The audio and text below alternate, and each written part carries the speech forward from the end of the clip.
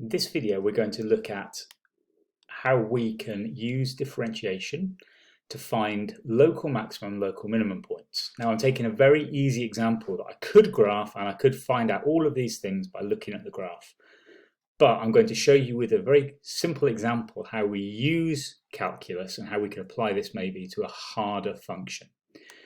So to begin with, here's a cubic with this equation. Now I've marked on here the local minimum point and the local maximum point, but I'm going to confirm these with calculus.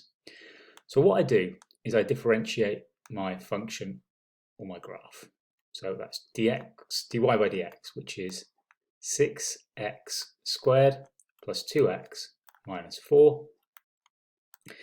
Now because I want the minimum or the maximum, I'm looking for horizontal tangent, so I need the gradient to be equal, so I need this to be equal to 0. So I will divide everything through by 2 to make it a bit more straightforward.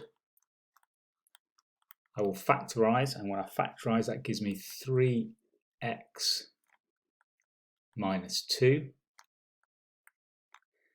and must give me x plus 1 equal to 0. So now I have the x points where it gives me horizontal tangents, and it's these two. Now I could see from the graph that the 2/3 here is the minimum and the minus 1 is the maximum. I could also tell, because it's a cubic graph, that it's going to go in this general direction, and therefore it's obvious that the first one is going to be a maximum, the second one is going to be a minimum. But if I didn't know anything about this graph, or it wasn't drawn, how can I distinguish between these 2 points? Well, the answer is you differentiate again. So you're finding the second differential, and that's this notation here. This is the second differential. So we're going to go to the first differential. We're going to differentiate again, which gives me 12x plus 2. And what I'm going to do is I'm going to put in 2/3 into here, and I'm only concerned whether I have a maximum, whether I have a negative or a positive answer. So when I make x 2/3, the second differential, let's use the different notation just to save the time. The second differential is a positive value. Beg your pardon, it's a positive value. So that means that at 2/3, whenever we have a positive, it gives a minimum point.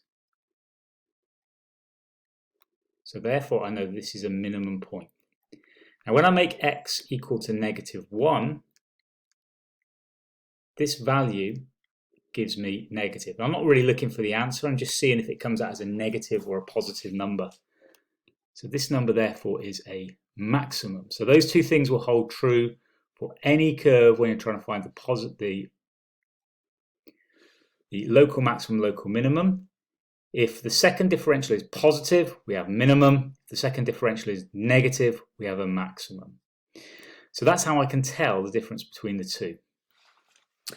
And finally, once I've got this as a local maximum, it means that all the points prior to that here, x has a positive gradient. So here, before the maximum, we're saying that this is increasing. Okay, so the curve is increasing. So it's going up and up and up. Now, between here and here, this part here, then the curve is decreasing. And once it gets to the minimum value, it starts going up again. And that seems obvious if we can see the graph. But if we know the maximum and minimum points, we'll be able to work out where it's increasing and decreasing. So I could have done this whole